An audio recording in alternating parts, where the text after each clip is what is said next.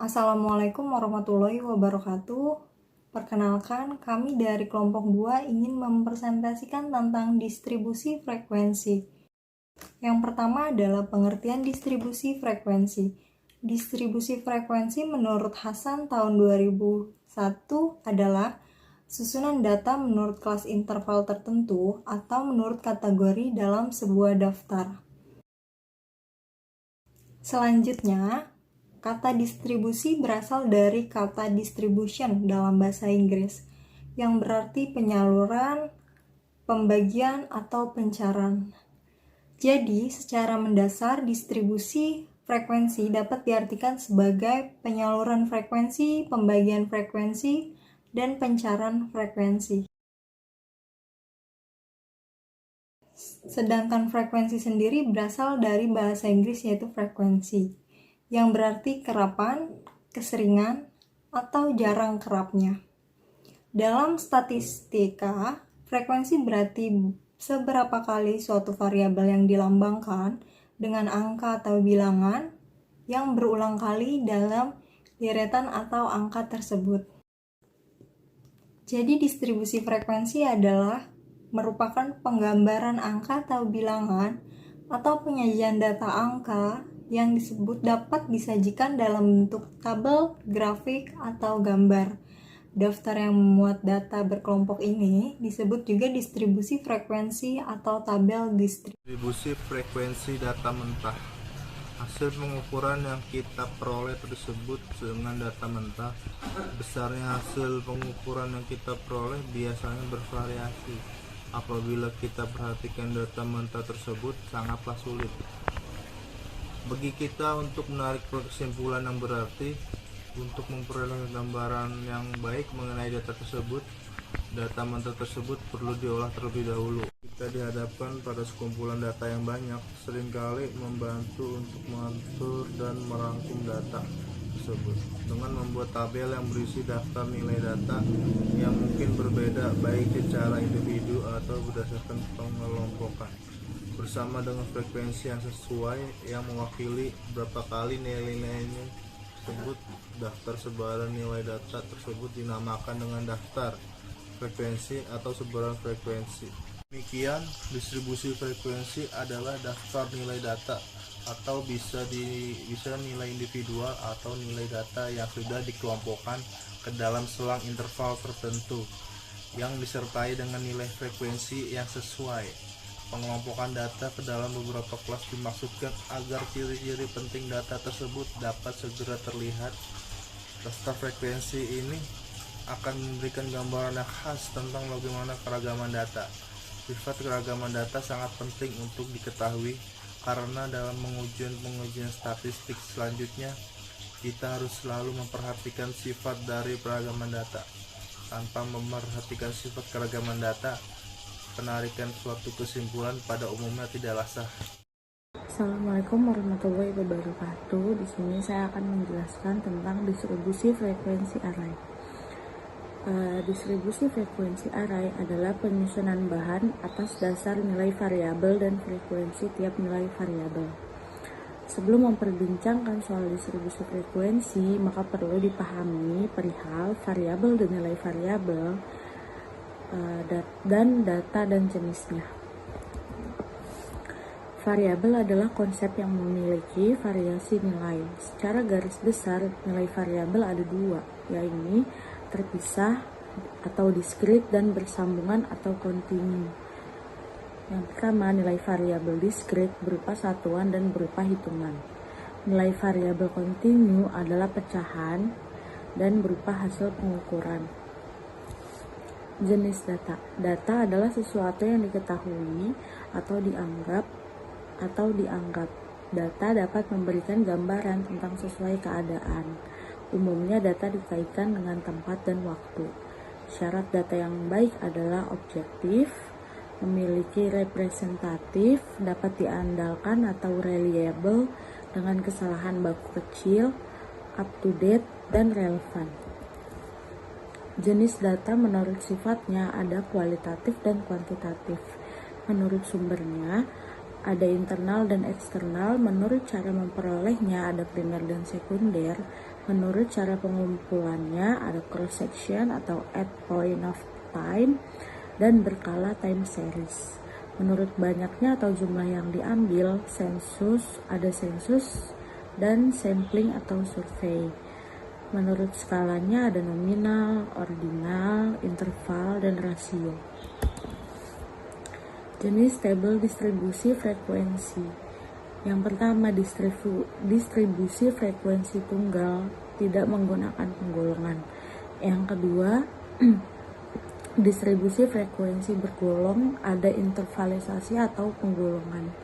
Yang ketiga, distribusi frekuensi meningkat atau kumulatif frekuensi, menjumlah secara meningkat frekuensinya. Ada dua jenis kumulatif frekuensi, yaitu yang pertama distribusi frekuensi meningkat dari bawah atau CFD, yaitu jika menjumlahkan frekuensi diawali dari nilai paling rendah, dan distribusi frekuensi meningkat dari atas atau CFA jika menjumlahkan frekuensi dimulai dari nilai tertinggi. Hal-hal yang perlu diperhatikan dalam pembuatan distribusi frekuensi. Yang pertama, beda atau selisih antara angka terbesar dengan angka terkecil disebut dengan jarak atau range. Yang kedua, jika array data itu dibagi atas kelompok-kelompok tertentu, maka kelompok-kelompok itu disebut dengan kelas. Yang ketiga, bilangan-bilangan yang menyatakan banyaknya data yang terdapat dalam setiap kelas disebut frekuensi.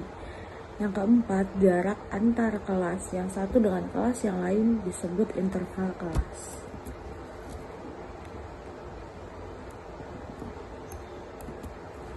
Interval kelas, tiap-tiap kelompok disebut interval kelas atau sering disebut interval atau kelas saja. Dalam contoh sebelumnya memuat 6 interval ini.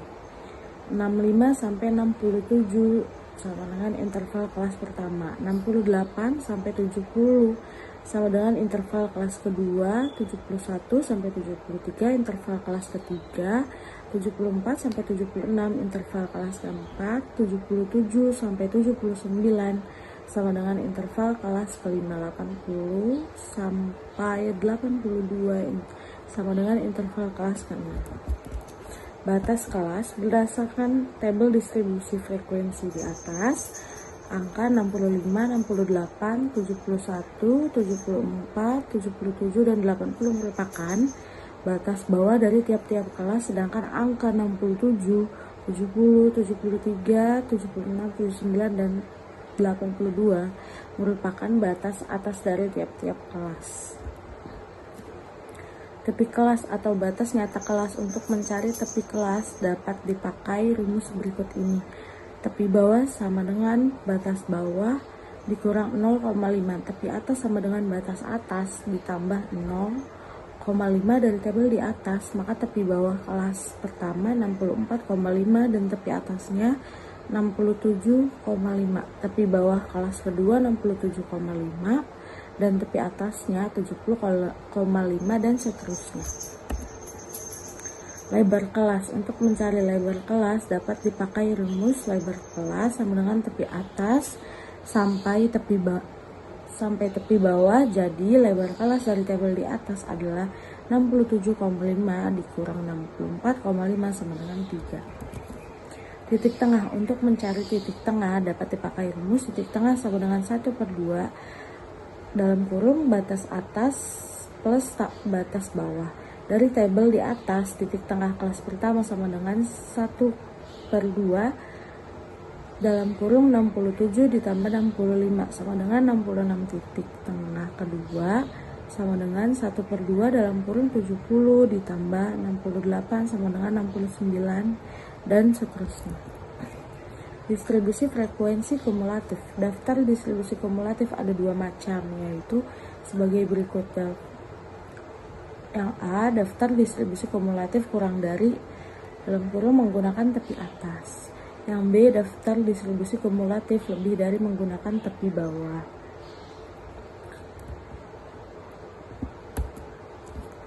Sekian presentasi dari saya. Assalamualaikum warahmatullahi wabarakatuh.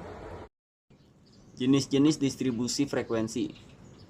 Menurut Hasan 2001, distribusi frekuensi memiliki jenis-jenis yang berbeda untuk setiap kriterianya. Berdasarkan kriteria tersebut, distribusi frekuensi dapat dibedakan menjadi 3 jenis.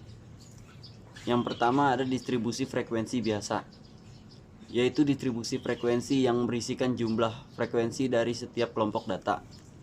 Distribusi frekuensi biasa ada 2 jenis, yaitu distribusi frekuensi biasa numerik dan distribusi frekuensi biasa peristiwa atau kategori. Kemudian yang kedua ada distribusi frekuensi relatif. Distribusi frekuensi relatif yang berisikan nilai-nilai hasil bagi antara frekuensi kelas dan jumlah pengamatan. Distribusi frekuensi relatif menyatakan proporsi data yang berada pada suatu kelas interval. Distribusi frekuensi relatif pada suatu kelas didapatkan dengan cara membagi frekuensi dengan total data yang ada dari pengamatan atau observasi. Kemudian yang ketiga ada distribusi frekuensi kumulatif. Distribusi frekuensi yang berisikan frekuensi kumulatif atau frekuensi yang dijumlahkan. Distribusi frekuensi kumulatif memiliki kurva yang disebut ogive.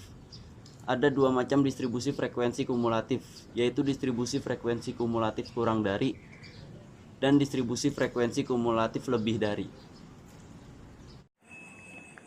Manfaat distribusi frekuensi.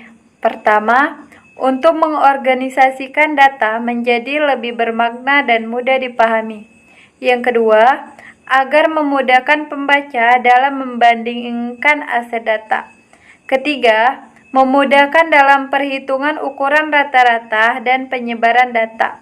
Yang keempat, untuk memudahkan pembaca dalam menentukan bentuk distribusi data. Yang kelima, memudahkan penelitian dalam menampilkan data dalam bentuk tabel dan grafik. Kurva. Kurva distribusi itu dibagi menjadi 2 bentuk, bentuk simetris dan tidak simetris. Bentuk simetris itu nilai variabel di kiri dan di kanannya yang berjarak sama terhadap titik tengah. Sedangkan tidak simetris itu biasanya condong ke kiri atau condong ke kanan. Kalau condong ke kiri artinya kecondongannya negatif, sedangkan kalau condongnya ke kanan itu berarti kecondongannya itu positif, dan bisa kita lihat di tabel. Baik, kali ini kita akan menjelaskan tentang bagian-bagian distribusi frekuensi dan diagramnya. Yang pertama itu adalah bagian-bagian distribusi frekuensi. Yang pertama ada kelas. Kelas merupakan kelompok nilai, data, atau variabel dari sebuah data acak. Selanjutnya yang kedua batas kelas atau kelas limit. Batas kelas merupakan berbagai nilai yang membatasi kelas antara satu kelas dengan kelas yang lainnya. Terdapat dua kelas antara lain. Yang pertama itu batas kelas ada pada sebelah kiri deretan kelas. Yang kedua batas atas kelas ada pada sebelah kanan deretan kelas. Selanjutnya yang ketiga itu tepi kelas. Tepi kelas merupakan batas kelas yang tidak mempunyai lubang atau wadah untuk angka tertentu antara kelas yang satu dengan kelas yang lainnya. Terdapat 2, yakni tepi kelas atas dan tepi kelas bawah. Selanjutnya yang keempat itu ada titik tengah kelas. Nilai data yang berada di tengah-tengah kelas, rumusnya titik tengah kelas 1/2. Yang kelima itu ada interval. Interval adalah selang yang memisahkan antara kelas yang satu dengan kelas yang lainnya. Yang keenam itu ada panjang interval kelas, merupakan jarak antara tepi atas kelas dengan tepi bawah kelas. Yang ketujuh yaitu frekuensi kelas, merupakan banyaknya data yang masuk ke dalam kelas tertentu dari data acak. Oke, Oke, baik, yang selanjutnya itu bisa dilihat pada gambar tabel di atas. Itu interval kelas, turus, dan frekuensi. Ada angka-angkanya ya, bisa dilihat. Dari distribusi frekuensi di atas dapat diambil banyaknya kelas, yakni 7, dan yang terakhir frekuensi kelas-kelas yaitu 3, 4, 4, 8, 12, 23, dan 6. Baik, yang terakhir itu ada diagram batangnya ya, bisa dilihat pada gambar. Itu adalah histogram dan poligon frekuensi. Poligon dan histogram frekuensi menjadi dua grafik yang kerap dipakai untuk menggambarkan distribusi frekuensi. Histogram merupakan garis batang, grafik batang dari distribusi frekuensi, sedangkan poligon frekuensi adalah grafik garisnya.